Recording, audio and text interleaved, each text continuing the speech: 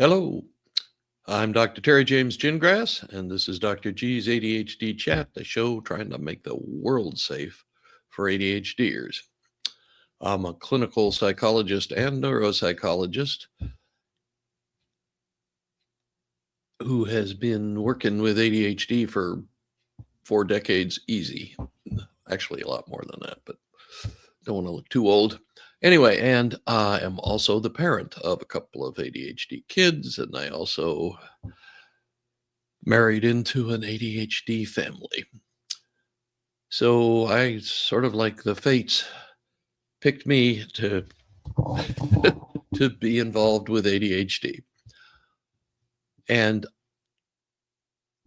ADHD is a odd sort of situation actually. It's called a disability, but basically, the folks with ADHD can, well, they typically have IQs that are as high or higher than most everybody. There's the call from my engineer, audio engineer. I am on and I am live. Anyway, the big deal with ADHD is that you have a brain that's not really designed for the rest of society. It's just not. You know, one guy whose name escapes me right now says ADHDers have hunters' brains, and most of society, with the people we call neurotypical, have farmers' brains. And when you look at the way he sort of teases it out, it kind of makes a lot of sense. What do you need if you're a hunter? You need quick responses. You need hyper alertness, awareness, fast responses, and reasonable ability to remember where the danger is. Okay, sounds like ADHD to me. But we talk a lot about ADHD. Usually we're talking about the kids or, an adult with ADHD nowadays. But we don't so much or spend so much time on taking care of the couple, the parents of ADHD kids. And frequently they don't do much about thought or put much thought into taking care of themselves and that sort of thing. So I thought we'd cover some of that stuff. And there are way more people nowadays who are in other relationships than just a married couple. We have tons of people who are divorced and have kids that they're swapping a custody of, and then they're for our purposes. Okay, we got three categories. We got people who have an ADHD kid who knows where he came from, but they're both neurotypical. We have couples where one of the couples or one of the members of the marriage relationship has ADHD and the other doesn't. And then we have gangbusters where we get both parents have ADHD. And frankly, in my years of practice working with ADHD families, I have rarely seen families where both parents have ADHD. It doesn't seem like the things that attract people work very well when both of you are kind of the same. That's just a guess. I don't really know that for a fact, and I've never seen any research on that. It's just something I noticed. Okay, so ADHD couples or couples with ADHD kids. What kind of problems they have? Well, first of all, they got a lot more stress. If your kiddo is the best athlete in school, gets the highest grades, does what he's supposed to do when he's supposed to do it, he or she, you don't have any problems. Okay, but that's rarely what an ADHD kid is like. Okay, also with more stress becomes more difficulties with communication. Is just I didn't mean that when I said that. I meant this when I said that, kind of stories that we have all the time. Matter of fact, with communication, it's a wonder any of us can communicate at all. When you think about it, two people get married. Uh, my wife and I, for instance, I'm from New Hampshire. My dad was a golf pro. She's from North Carolina, sort of. She was an Air Force brat, so she moved around and that sort of stuff. Her dad was a doctor, a flight surgeon, and her grandfather was a doctor, uh, and her step grandmother was a doctor, and so our vocabularies were just a little bit different, and our way of talking about things were a little bit a little bit different. You don't think about it, but the word choices you make, the way you think of the world, even is different for based on where you grew up. If you grew up in the same little town with all the other kids that were in that same little town, you're all going to communicate beautifully and be uh, very happy with each other, probably. When you get people who are from really different backgrounds, the communication gets trickier because the same words don't mean the same thing. Like I spent one summer as a greenskeeper in Rhode Island. You know what a cabinet is? Yeah, it's a piece of furniture, right? Not in Rhode Island. It's a milkshake. Okay. And then I won't bore you, but there, what is a soft drink? Is a Coke, a tonic, soda pop? I mean, there are all sorts of different words for the same concept. And so when you get married and you think, oh, sweetie, da da da da da. But then you find out that when you say something, it doesn't mean the same thing to her that it meant to you, or it doesn't mean the same thing to him as it meant to you. So communication is really complicated. And the other one of the other major things is a lot of ADHD people are more visual spatial oriented. That is, they tend to use lots words that link visual terminology. I know we're getting a little off, but you get kids, or you get adults rather, excuse me, and they're primarily visual representatives. Everything they do is pictures. They kind of they navigate, by looking around and da da da da da, versus the guy who has the list of turn left at turn right at That's me, by the way. Okay, and that even affects the terminology you use.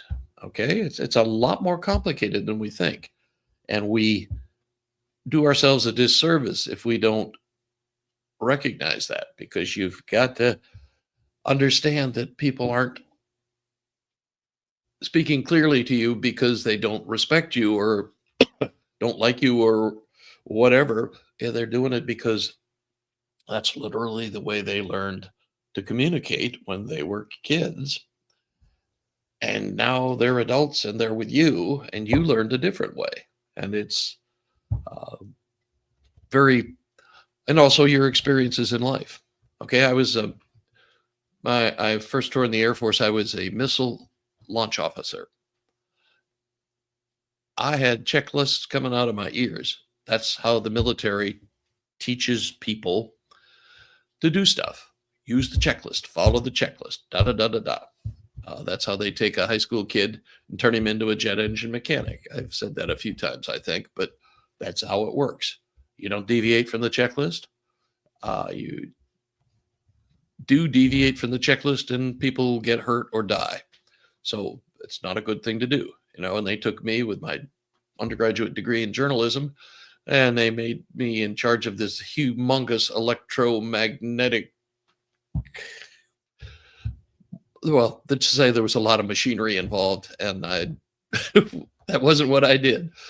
So I had checklists though, and that protected me. I knew how to handle it when the power went out. I knew how to handle it waiting for the diesel generator to kick on. I knew, that's how the military trains people. Most of us, and this day and age anyway, don't have any military experience, so we haven't learned things that way.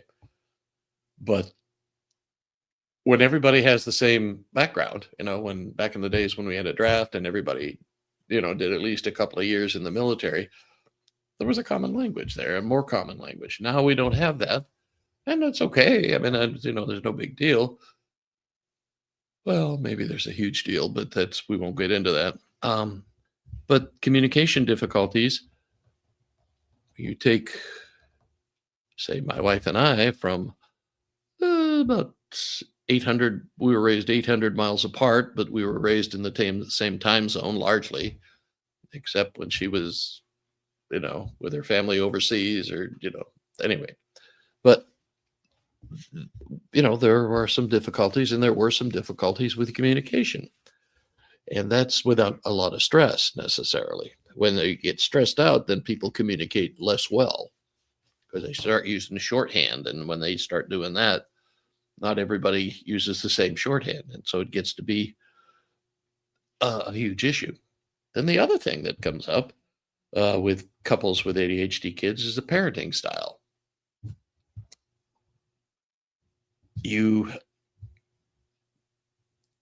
It is very rare that two people look at a kid with having a temper tantrum and want to handle it the same way. Some will be, strict, give orders, punish, da da da da da. Some will, oh, what's the matter, sweetie, kind of thing. And probably the best path is somewhere in between. But parenting ADHDers is a little bit different and a little bit more stressful. And so you gotta talk to each other. You gotta communicate. Ideally, before it hits the fan. Ideally, before there's a full-blown temper tantrum with your 7-year-old kicking his feet and pounding his fists on the floor or in the grocery store or someplace like that. Ideally, you and your partner have figured it out how you're going to handle those things. And then, depending, if we have ADHDers in the parenting roles, they have a lot of things, issues with emotional regulation. That the biggest, one of the biggest problems we have with ADHD is that it is such a frustrating way to live, and emotional regulation, that is controlling the emotions and staying calm, is a little bit underdeveloped. So there tend to be more issues. We haven't even gotten into the reflex, rejection sensitive dysphoria. That's a whole nother thing, but that means, you get a lot of criticism, and so you're prone to go off. Now, we're not talking about, having one of the parents in that setting have ADHD yet. We're talking just about two people who somehow have an ADHD kid. And the other thing is, any marriage you have to do is you have to figure out what your roles are. Okay, and that is trickier with an ADHD kid because there's more requirement for individual, a lot of hours of parenting time that you don't necessarily have with other kids. I mean, things have changed a lot since I was a kid. When we have a huge increase in the number of two-career families, so there's not going to be June sitting at home with her house dress on, and waiting for the kids to come home from school and all that sort of stuff. That doesn't happen as much anymore. It's a lot of times both parents are at work, and that's a real stress. I mean, everybody knows that most work isn't really designed for people. It's designed for workers and to get them to do the job. Okay, and then the result of that is we have less quality time. So this is not a wonderful sort of situation. So we have, okay, now we're starting off with a couple that does not have ADHD. Neither one of them has ADHD. They don't know where this stuff came from. Okay, so I don't know. Would that make them more likely to uh, react faster and say, oops, something is wrong here. We're going to go to it? Or are they just going to keep plowing ahead and hoping things change?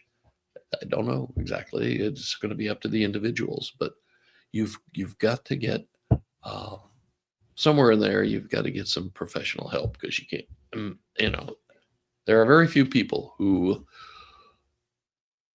can handle an ADHD kid without some assistance, and that's one of the real big thing is you need support. If you get an ADHD kid, you want some support. You want professional or personal, whether it's um, a psychologist or a social worker or a coach. All those are good choices, but you got to be willing to use them, and you've got to be willing to actually take the first step. And if you're like most people, they have had little or no experience with any kind of mental health sorts of things, so they're really reluctant to do it the first time. And that's the people who have never had any experience seeing a psychologist or a social worker or even a coach. I mean, not talking athletic now. We're talking about uh, life coaches. Okay, so you've got to recognize that you're probably going to need some help. Okay, ADHD is tricky, and you gotta. And one of the biggest things you've got to do for an ADHD child, and the biggest gift you can give him, is learn something about ADHD.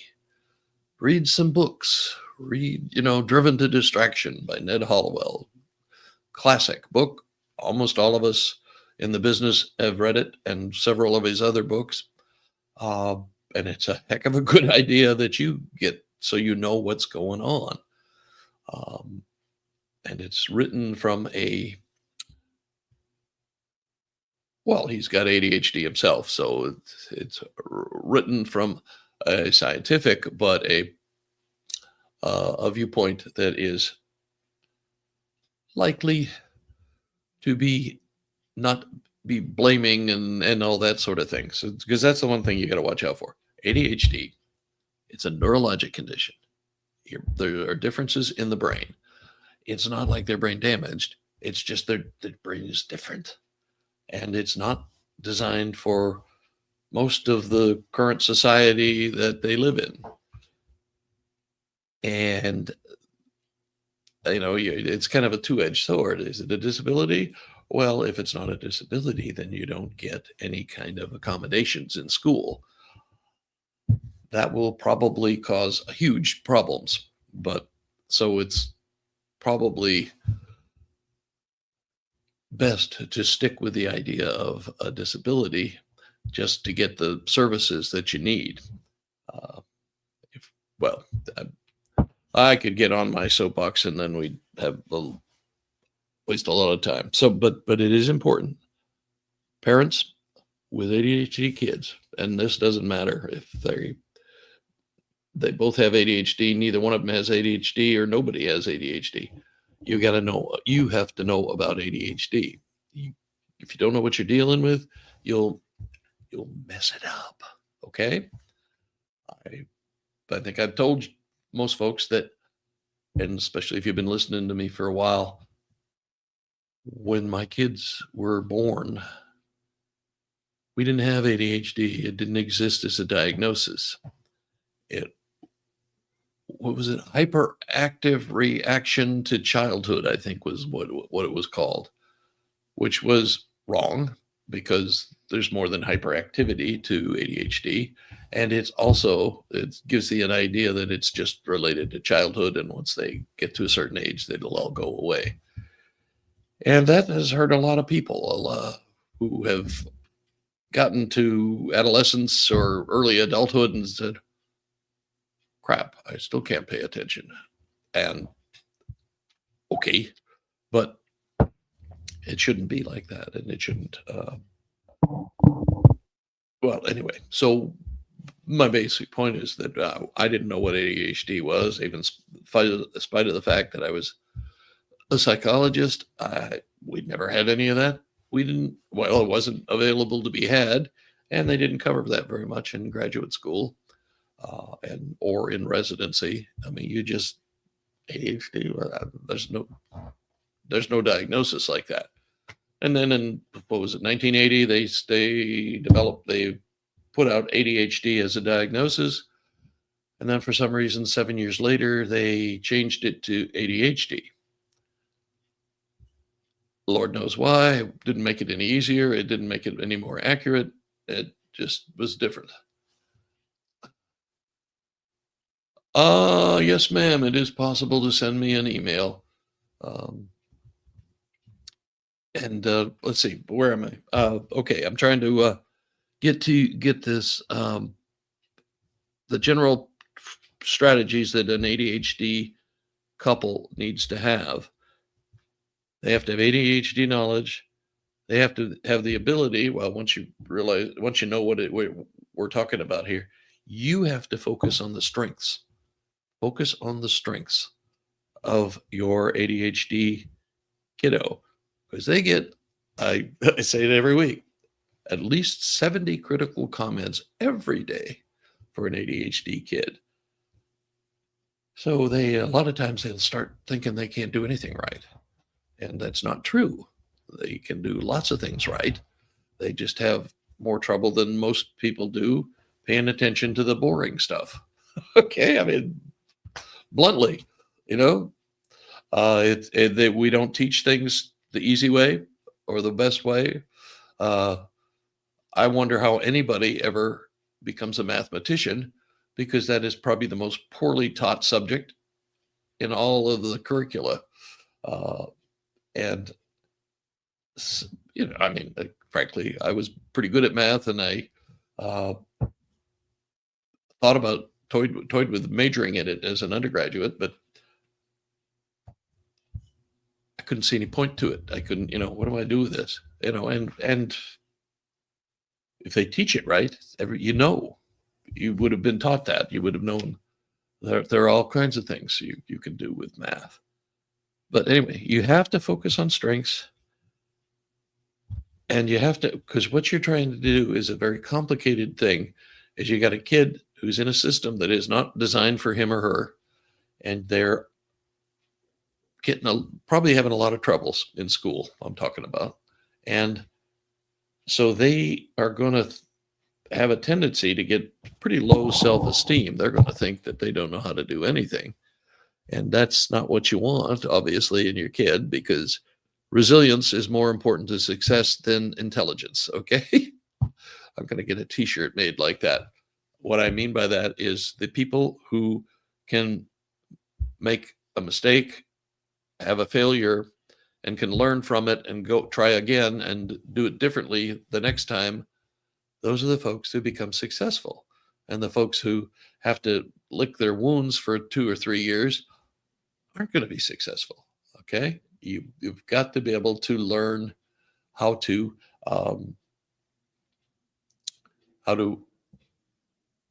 learn from error. That's the most important thing in the world, is to learn from your mistakes. That's how we all learn to walk. We'd stagger along 2 or 3 steps, fall on our butt, get up, do it again, fall on our butt again. That's the way you learn things. You don't get up to bat the first time and hit home runs.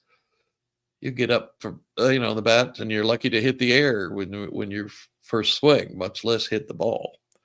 It takes practice. Everything that we have, almost everything,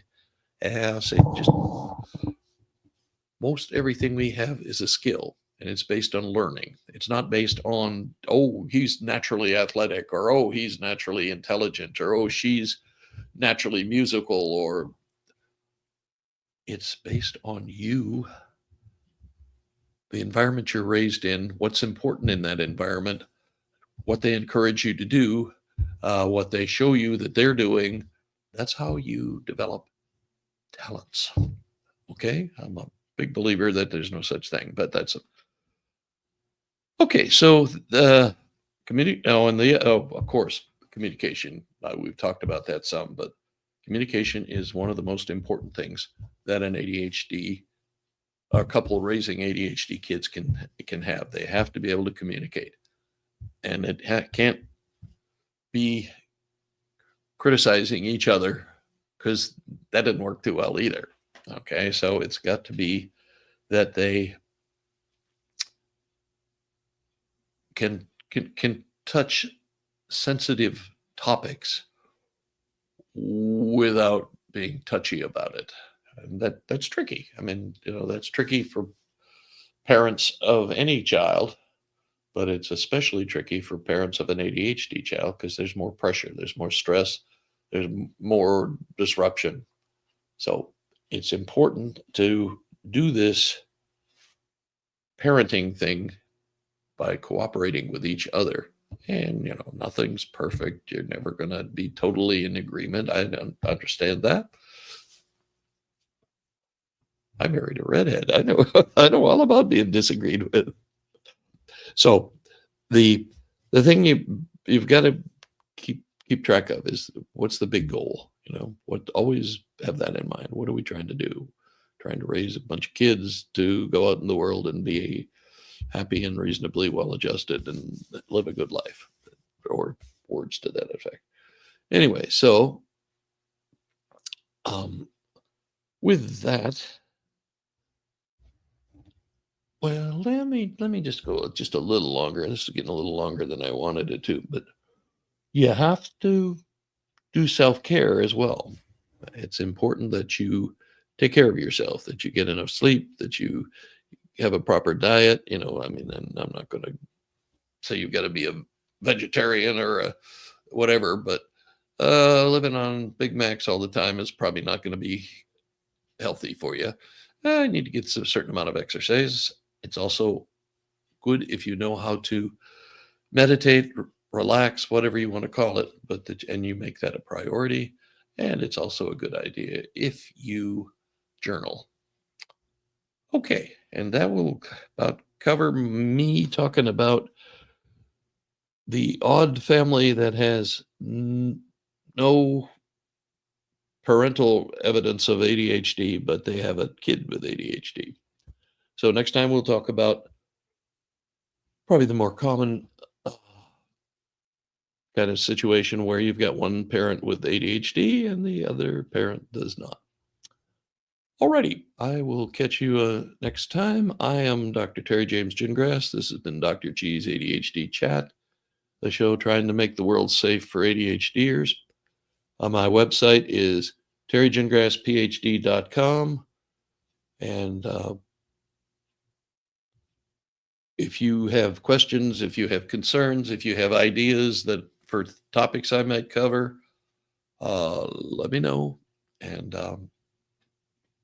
I will be grateful, frankly, because I've been doing this for since 2017. And I am... I still have a lot of content, but I always can use more. So, and I also am now on Thread. If you've ever heard of that, that's thread.com. I think it's .com, maybe it's net. I can't remember, but it's a new social site. And it's interesting. I kind of like it.